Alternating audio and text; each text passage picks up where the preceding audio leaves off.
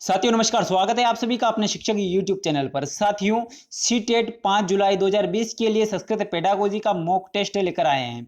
Mock test तैयारी का एक महत्वपूर्ण पार्ट होता है, जिसके बिना तैयारी पूरी तरह से अधूरी होती है, क्योंकि एग्जाम हॉल में जो एग्जाम का वातावरण है वो फेस करने से पहले आपका टेस्ट की जो प्रैक्टिस है वो रेगुलर होना बहुत ही आवश्यक है, जिससे कि आपको एग्जाम हॉल में मदद मिल सके। तो चलिए शुरुआत करते हैं टेस्ट की। आप कितने नंबर बना पाते हैं? 10 अंक का टेस्ट है। सारे क्वेश्चन संस्कृत पेडागोजी के हैं और एग्जाम में पूछे हुए क्वेश्चन है।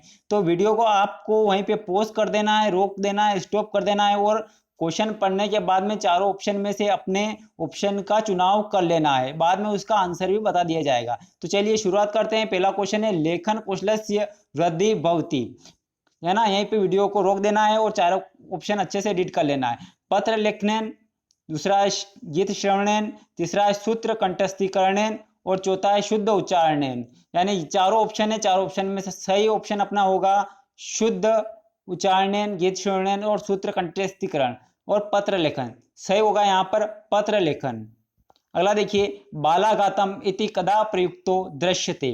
चार ऑप्शन है, सही ऑप्शन का चुनाव करना है। गहन पठने, मौखिक अभिव्यक्तियाम, मौन पठने और लिखित अभिव्यक्तियाम। तो यहाँ पर बालाघात का प्रयोग कहाँ पर होता है? तो यहाँ पर देखिए, आप अपना ऑप्शन का चुनाव कर लीजिएगा। बालाघात का भी मैं थोड़ा एक्सप्लेन कर देता हूँ, बालाघात होता क्या है। बालाघात यदि कोई शब्द वाक्य होता है, कोई वाक्य है, उसमें किसी शब्द पर अधिक बल दिया जाता है और किसी पर नहीं दिया जाता है। उसी प्रकार जो शब्द होता है उसके अंतर्गत भी किसी अक्षर पर अधिक बल दिया जाता है तो वहां पर बालाघात होता है और किसी अक्षर पर बल नहीं दिया जाता है। फॉर एग्जाम्पल अपन ले लेते हैं राम शब्द है, जैसे कि राम शब्द में अपन बोलेंगे तो उसमें रा शब्द जो है, सॉरी रा जो अक्षर है उस पर अधिक बल होगा, इसलिए रा में जो है क्या हो रहा है, बालाघात हो रहा है। ठीक है, और म पर कम बल होगा, इसलिए म में बालाघात नहीं होगा। तो बालाघात का प्रयोग जो है मौखिक अभिव्यक्ति में किया जाता है। अगला क्वेश्चन देखते हैं। यहाँ पर भाषाया कौशलानि संति, बहुत इजी क्वेश्चन है, आप सभी को पता होगा। तो यहाँ पर सही होगा, यहाँ पर 4 कौशल होते हैं चत्वारी। अगला देखिए, संस्कृत भाषायाम कथित आदेशानुसारेण कार्य संपादनेन विकासो भवति। तो ऑप्शन देख लेते हैं। भाषा कौशलस्य, व्याकरण दक्षताया, लेखन कौशलस्य, श्रवण कौशलस्य। 4 ऑप्शन है, 4 ऑप्शन में से सही ऑप्शन होगा यहाँ पर श्रवण कौशलस्य। क्या होगा? श्रवण कौशलस्य। अगला देख लेते हैं। कस्मिन कौशले वर्तनीम अधिकम महत्वम दीते। ऐसा कौन सा कौशल है जिसमें वर्तनी पर अधिक बल दिया जाता है, अधिक महत्व दिया जाता है। चारों कौशल देख लेते हैं। श्रवण है, कथन कौशल है, पठन कौशल है या फिर लेखन कौशल है। तो यहाँ पर दोस्तों लेखन कौशल में वर्तनी पर सबसे ज्यादा महत्व दिया जाता है। अगला देख लेते हैं क्वेश्चन। कस्मिन कौशले अंतिम प्रश्न समस्यात्मक भवति, है ना। कौन सा कौशल है जिसका अंतिम प्रश्न जो है समस्यात्मक होता है ना। प्रस्तावना कौशल, प्रदर्शन कौशल, व्याख्यान कौशल और शामपाठ लेखन कौशल। तो सर जी आपने पाठ योजना बनाई होगी, जब आपने डीएड, बीएड, डीएलएड वगैरह जो भी किया होगा उसमें पाठ योजना बनाई होगी, उसका अंतिम कौशल जो है वो होता है समस्यात्मक कौशल। तो पाठ योजना में सबसे पहले प्रस्तावना बनाई जाती है और उसका अंतिम कौशल जो है समस्यात्मक प्रश्न रह जाता है, इसलिए ये ऑप्शन यहाँ पर सही होगा।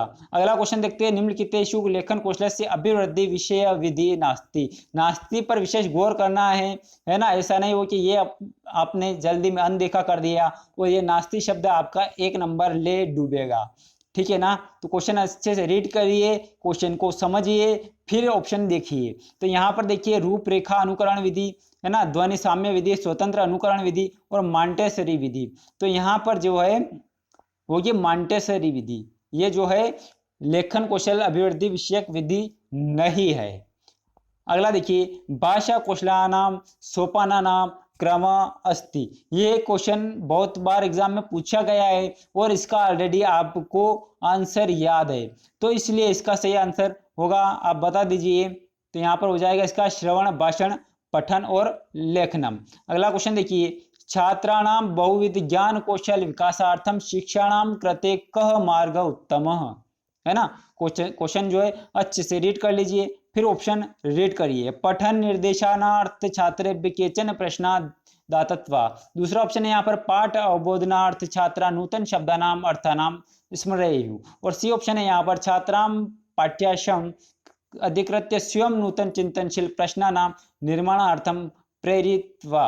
और यहाँ पर डी ऑप्शन है छात्राणाम कृते अवबोधनात्मक कार्यार्थम अवसरा दायित्वा। ऐसे क्वेश्चन में अक्सर ये होता है कि समझ में नहीं आता है, तो वहां पर एक ट्रिक मैंने पिछले वीडियो में बताई थी, वो थी नेगेटिव पॉइंट और पॉजिटिव पॉइंट। तो यहाँ पर क्वेश्चन अगर पॉजिटिव है तो अपने को पॉजिटिव शब्द ढूंढना है, और पॉजिटिव जो शब्द हैं वो कौन कौन से हैं उस पर एक पूरा वीडियो बनाया है, आप देख सकते हैं।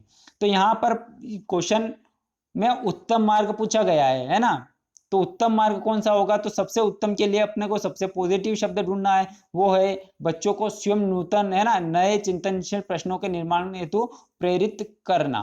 तो यहाँ पर अपना सी ऑप्शन बिल्कुल सही हो जाएगा। अगला क्वेश्चन देखिए यहाँ पर पाठ्य वस्तु निहित विभिन्न शब्दानाम सहायन नूतन नाम अपरिचित नाम शब्दानाम अर्थ ज्ञान प्रक्रिया केन कौशल्यान संबंधा। तो यहाँ पर देखिए क्वेश्चन अच्छे से रीड करना है और चारों ऑप्शन को देखना है। तो यहाँ पर ऑप्शन नंबर 1 है श्रवणयन भाषणयन पठनयन और लेखनयन, चारों क्वेश्चन दिए हुए हैं। तो यहाँ पर इसका सही आंसर बताना है, सही आंसर क्या होगा। तो यहाँ पर इसका सही आंसर हो जाएगा अपना पठनयन।